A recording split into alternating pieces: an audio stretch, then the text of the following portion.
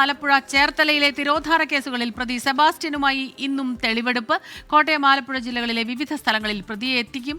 ചോദ്യം ചെയ്യലുമായി പ്രതി സഹകരിക്കുന്നില്ലെന്ന് അന്വേഷണ സംഘം പറയുന്നു. സുഹൈൽ മുഹമ്മദ് ചേരുന്നുണ്ട് ചേർത്തലയിൽ നിന്ന് വിവരങ്ങളുമായി. സുഹൈൽ, ഇന്നും പതിവ് പടി തന്നെയാണോ, മൂകനായി തന്നെയാണോ, നിസ്സഹകരണം തന്നെയാണോ ഈ പ്രതിയുടെ ഭാഗത്തു നിന്നുണ്ടാകുന്നത്? അതുമാത്രമല്ല, ഒരുപാട് കുഴഞ്ഞ് മറിഞ്ഞു കിടക്കുന്ന ഒരു കേസാണിത്. വീട്ടിൽ അതിനകത്ത് ആ മുറിക്കുള്ളിലെ ഗ്രാനൈറ്റ് തുറന്നുള്ള പരിശോധന അതൊക്കെ ഇന്നും ഉണ്ടാകുമെന്ന് പറഞ്ഞിരുന്നു. അത്തരത്തിലുള്ള നീക്കങ്ങളാണോ? ഇപ്പോൾ എന്താണ് സംഭവിക്കുന്നത് അവിടെ?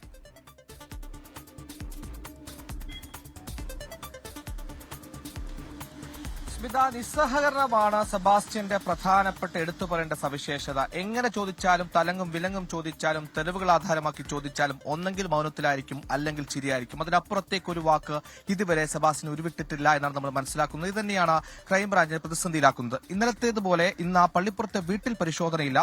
അതിനപ്പുറത്തേക്ക്, കാരണം പള്ളിപ്പുറത്തെ വീട്ടിൽ ഇന്നലെ 7-7.5 മണിക്കൂറോളം പരിശോധന നടത്തി 64 അസ്ഥി കഷ്ണങ്ങളും ചോരക്കറയും അടക്കം കണ്ടെത്തിയിട്ടുണ്ട്. അതായത് ആ വീട്ടിൽ നിന്ന് അന്വേഷണ സംഘം തേടുന്നതിന്റെ പരമാവധി തെളിവുകൾ ലഭിച്ചിട്ടുണ്ട്. ഇനി ആ തെളിവുകൾ, ഈ പറയുന്ന അസ്ഥി കഷ്ണങ്ങളടക്കം നമ്മൾ ഇപ്പോൾ സംശയിക്കപ്പെടുന്ന 3 തിരോധാനങ്ങൾ, ഒരു കൊലപാതകങ്ങൾ, ഇവരുടേതാണെന്ന് സ്ഥിരീകരിച്ചാൽ മാത്രമേ ഇതുമായി ഇനി മുന്നോട്ട് പോകാനാവുകയുള്ളൂ. ഇനി ക്രൈംബ്രാഞ്ചിനെ സംബന്ധിച്ച് ഏറ്റവും പ്രധാനപ്പെട്ട അറിയേണ്ട കാര്യം സെബാസ്റ്റ്യൻ എന്ന് ചോദിച്ചറിയുക എന്നുള്ളതാണ്. പക്ഷേ സെബാസ്റ്റ്യൻ വഴങ്ങുന്നില്ല എന്നാണ് ഏറ്റവും പ്രധാനപ്പെട്ട നമ്മൾ എടുത്തു പറയേണ്ട കാര്യം. സെബാസ്റ്റ്യൻ എങ്ങനെ ചോദിച്ചാലും മിണ്ടുന്നില്ല. അതുകൊണ്ട് തന്നെ ശാസ്ത്രീയമായ ഒരു ചോദ്യം ചെയ്യൽ, അതായത് ഇമോഷണലി വളരെ സ്ട്രോങ് ആണ് ഇപ്പോഴും സെബാസ്റ്റ്യന്റെ പ്രായം നമ്മൾ പറഞ്ഞാണ് 70 വയസ്സായ ഒരാളാണ്.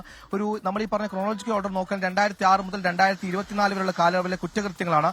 ആ കുറ്റകൃത്യങ്ങൾ ഏറ്റവും ഒടുക്കം 2024 മാത്രം പിടിയിലാകുമ്പോഴും ആ പറയുന്ന ക്രൂരനായ ഈ സെബാസ്റ്റ്യൻ ഇമോഷണലി വളരെ സ്ട്രോങ് ആണ്. അത് തന്നെ അയാളുടെ ആത്മവിശ്വാസം, തന്നെ ഒരിക്കലും പിടിക്കപ്പെടില്ലെന്ന ഓവർ കോൺഫിഡൻസ് അയാൾക്കുണ്ട്. ഈ ഓവർ കോൺഫിഡൻസിന്റെ കാരണം എന്തെന്ന് കൂടി ക്രൈംബ്രാഞ്ച് അന്വേഷിക്കുന്നുണ്ട്. അതുകൊണ്ട് തന്നെ ഇമോഷണലി സ്ട്രോങ് ആയ ഈ പറയുന്ന സെബാസ്റ്റ്യനെ ഇമോഷണലി വീക്കാക്കി എങ്ങനെ അന്വേഷണം നടത്താം, ഇയാളിന് കൂടുതൽ വിവരങ്ങൾ എങ്ങനെ കണ്ടെത്താം എന്നുള്ളൊരു നടപടി, അല്ലെങ്കിൽ എന്നുള്ളൊരു സ്റ്റൈലിലേക്കാണ് ഇപ്പോൾ ക്രൈംബ്രാഞ്ച് അന്വേഷണം നീങ്ങുന്നത്.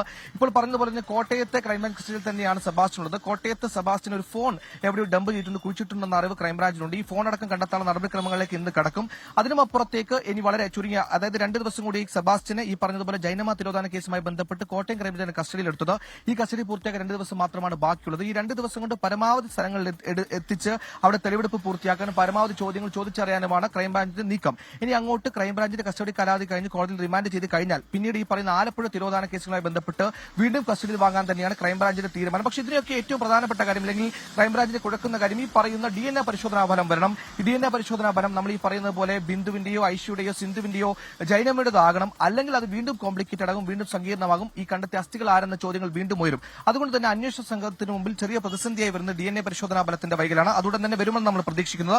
അതിനുമപ്പുറത്തേക്ക് ഈ പറയുന്ന പോലെ സെബാസ്റ്റ്യൻ ഒരു വാക്ക് മിണ്ടുന്നില്ല എന്നുള്ളത് തന്നെയാണ്. നമ്മൾ ഇന്നലെ കണ്ടതാണ് ചോരക്കറയും അസ്ഥികളും അടക്കം കണ്ടെത്തിയ വീട്ടിന്റെ, ആ പറയുന്ന വീടിന്റെ നടുത്തളത്തിൽ വെച്ച് തന്നെ സെബാസ്റ്റ്യനെ അന്വേഷണ സംഘം ചോദ്യം ചെയ്തതാണ്. ഈ തെളിവുകൾ ആധാരമാക്കിയാണ് ചോദ്യം ചെയ്യൽ. അപ്പോഴും ഒരു വാക്ക് മിണ്ടിയിട്ടില്ല. അതായത് വലിയ കോൺഫിഡന്റ് ആണ്. ഈ കോൺഫിഡൻസ് നശിപ്പിച്ച് ഇമോഷണലി അയാളെ വീക്കാക്കിക്കൊണ്ട് മാത്രമേ ഇനി കൂടുതൽ ചോദ്യങ്ങൾക്ക് ഉത്തരം കണ്ടെത്താനാവുകയുള്ളൂ. ഈ പറഞ്ഞതുപോലെ 2006 തൊട്ട് 2022 വരെയുള്ള തിരോധാനങ്ങൾ, അതിൽ ആകെ ജൈനമ തിരോധാനവുമായി ബന്ധപ്പെട്ട് അത് കൊലപാതകം ഇപ്പോൾ സ്ഥിരീകരിക്കുന്നു. ആ കേസിൽ മാത്രമാണ് കോൺക്രീറ്റ് ആയ എവിഡൻസ് ഈ പറയുന്ന ക്രൈംബ്രാഞ്ചിന്റെ വശമുള്ളൂ. ഈ കോൺക്രീറ്റ് ആയ എവിഡൻസ് എന്ന് പറഞ്ഞത് ഈ പറയുന്ന ജൈനമയുടെ സ്വർണ്ണാഭരണങ്ങൾ പണയം വെച്ചത് ക്രൈംബ്രാഞ്ച് കണ്ടെത്തിയിട്ടുണ്ടൊപ്പം മൊബൈൽ ഫോണും കണ്ടെത്തിയിട്ടുണ്ട്. ബാക്കി 4 തിരോധാനങ്ങളിലും ഡയറക്റ്റ് ആയിട്ട് ഈ തിരോധാനവുമായി ബന്ധപ്പെടുത്തുന്ന ഒരു തെളിവുകളും അന്വേഷണ സംഘത്തിന് സെബാസ്റ്റ്യന് കണ്ടെത്താനായിട്ടില്ല. ആകെ കണ്ടെത്താനായത് ഈ പറയുന്ന എല്ലാ സ്ത്രീകളുമായി സെബാസ്റ്റ്യൻ അടുപ്പമുണ്ടായിരുന്നു, ചില വസ്തുയിടപാടുകൾ ഉണ്ടായിരുന്നു എന്നുള്ളതാണ്. നമ്മൾ ഇവിടെ നിന്ന് മനസ്സിലാക്കാൻ കഴിയുന്ന കാര്യം അത് തന്നെയാണ്. സെബാസ്റ്റ്യൻ പലപ്പോഴും ഈ ആളുകളെ തെരഞ്ഞെടുക്കുന്നതിൽ, ഈ പറയുന്ന ബിന്ദുവാണെങ്കിലും ഐഷയാണെങ്കിലും സിന്ധുവാണെങ്കിലും, സിന്ധു നമ്മൾ കൃത്യമായി സെബാസ്റ്റ്യനെ ലിങ്ക് ചെയ്യുന്ന ഒരു തെളിവുമില്ല. അതുകൊണ്ട് ആ തിരോധാന കേസിൽ ഇപ്പോൾ നമുക്ക് കൂടുതൽ വിവരങ്ങളില്ല. ഈ പറഞ്ഞ ജൈനമ്മയാണെങ്കിലും ഈ 3 പേർക്കും ഒരു പൊതു ഘടകമുള്ളത്, ഇവർ ഒറ്റപ്പെട്ട് കഴിയുന്ന സ്ത്രീകളാണ്. ഒന്നെങ്കിൽ അവിവാഹിതരാണ്, അല്ലെങ്കിൽ വിവാഹബന്ധം വേർപ്പെട്ടവരാണ്, ഭർത്താവ് മരിച്ചവരാണ്. ഇവരിൽ നിന്ന് ബന്ധം ഉണ്ടാക്കി ഇവരെ കൂടെ അടുത്ത് ഇവരെ സ്വത്ത് തട്ടിയെടുക്കുന്ന ലക്ഷ്യം സെബാസ്റ്റ്യൻ ഉണ്ടെന്നൊരു നിഗമനം നിലവിൽ വരുന്നുണ്ട്. അതിനപ്പുറത്തേക്ക് കൊല്ലാൻ വേണ്ടി കൊന്നതാണോ അതോ സ്വത്ത് തട്ടിയെടുക്കാൻ വേണ്ടി കൊന്നതാണോ ചോദ്യം കൂടി ബാക്കിയാകുന്നു. ഇനി എല്ലാ ചോദ്യങ്ങൾക്കും ഉത്തരം കിട്ടണമെങ്കിൽ ഒന്നെങ്കിൽ DNA പരിശോധനാ ഫലം വരണം, അല്ലെങ്കിൽ സെബാസ്റ്റ്യൻ എന്തെങ്കിലും കിട്ടണം. ആ സെബാസ്റ്റ്യന് ഉത്തരങ്ങൾ കണ്ടെത്താനുള്ള ശ്രമത്തിലാണ് പോലീസ് ഉള്ളത്, ക്രൈംബ്രാഞ്ച് ഉള്ളത്. ഇതിന്റെ ഭാഗമായി സെബാസ്റ്റ്യനെ ക്രൈംബ്രാഞ്ചിന്റെ കോട്ടയം ഓഫീസിൽ ചോദ്യം ചെയ്യൽ തുടരുകയാണ്. എല്ലാവിധത്തിലുള്ള ചോദ്യം ചെയ്യൽ ഇന്ന് വിദഗ്ധരടക്കമുള്ള ഫോറൻസിക് വിദഗ്ധരടക്കമുള്ള ശാസ്ത്രീയ വിദഗ്ധരടക്കമുള്ള ആളുകൾ ചോദ്യം ചെയ്യൽ ഉണ്ടാകുമെന്നാണ് നമ്മൾ മനസ്സിലാക്കുന്നത്. സുഹൈൽ, ഇതിലെ ഈ മോട്ടീവ് എന്ത് എന്നുള്ള ആ ഒരു ചോദ്യം തന്നെയാണ് ഒരു വലിയ ചോദ്യമായി അവശേഷിക്കുന്നത്. കാരണം അത്യാവശ്യം സമ്പത്തുള്ള കുടുംബത്തിലെയാണ്. ഇപ്പോൾ ആ വീട് പരിശോധിച്ച വീടൊക്കെ തന്നെ 2.5 ഏക്കർ സ്ഥലത്തിരിക്കുന്ന വീടാണ്. അത് കുടുംബ സ്വത്തായി കിട്ടിയതാണെന്ന് പറയുന്നു. അപ്പോൾ ഈ എടുത്ത പണമൊന്നും ഉപയോഗം ചെയ്തു അല്ലെങ്കിൽ ദുരുപയോഗം ചെയ്തു ആ രീതിയിലുള്ള വിവരങ്ങളൊന്നും തന്നെ ലഭിക്കുന്നില്ല. അതൊരു വശത്ത് നിൽക്കുന്നു. അതുമാത്രമല്ല, കൂടുതൽ പേരും പറയുന്നു, സെബാസ്റ്റ്യനെ അറിയുന്നവർ പറയുന്നു, പലപ്പോഴും ഇതുപോലെ ഒരു ക്രിമിനൽ സ്വഭാവം ഒന്നും തന്നെ ഒരിടത്തും ഏതെങ്കിലും ഒരു സാഹചര്യത്തിൽ അങ്ങനെ കണ്ടിട്ടില്ല എന്ന് പറയുന്നു. ഇത് രണ്ടും വലിയ പ്രശ്നമല്ലേ? അപ്പോൾ ഈ അന്വേഷണ സംഘത്തെ അതും വലിയ ഒരു കൺഫ്യൂഷനിലേക്ക് കൊണ്ടുപോകുന്നുണ്ടെന്നാണ് മനസ്സിലാകുന്നത്. നമുക്ക് അന്വേഷണ സംഘത്തിൽ നിന്ന് ആരെങ്കിലും നിന്ന് ഒരു പ്രതികരണം ഏറ്റവും പുതുതായിട്ട് ലഭിച്ചിട്ടുണ്ടോ സുഹൈൽ?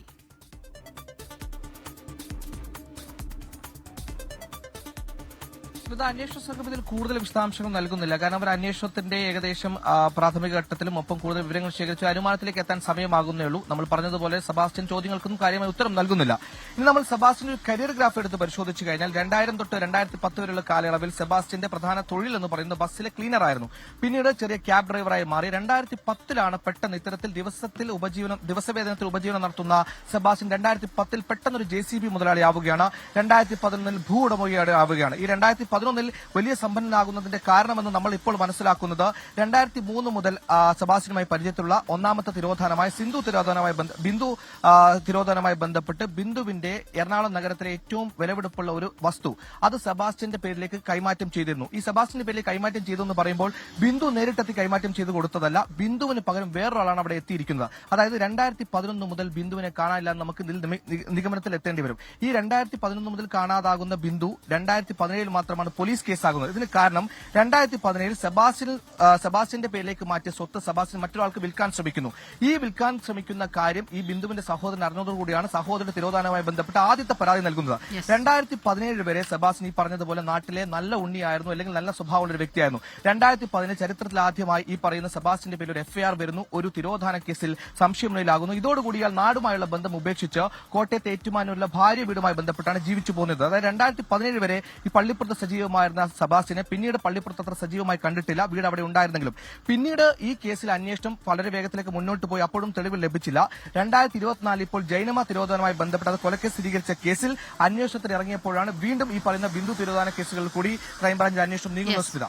ശരി, സുഹൈൽ മുഹമ്മദാണ് വിവരങ്ങളുമായി ചേർന്നത്. നമുക്കൊപ്പം ലോകത്തെവിടെയായാലും ഏത് സമയത്തും 24 വാർത്തകളും ഓഗ്മെന്റഡ് റിയാലിറ്റി പാക്കേജുകളും എക്സ്പ്ലെയിനറുകളും വിശദമായി കാണാൻ ഞങ്ങളുടെ യൂട്യൂബ് ചാനൽ നിങ്ങൾക്ക് സബ്സ്ക്രൈബ് ചെയ്യാം.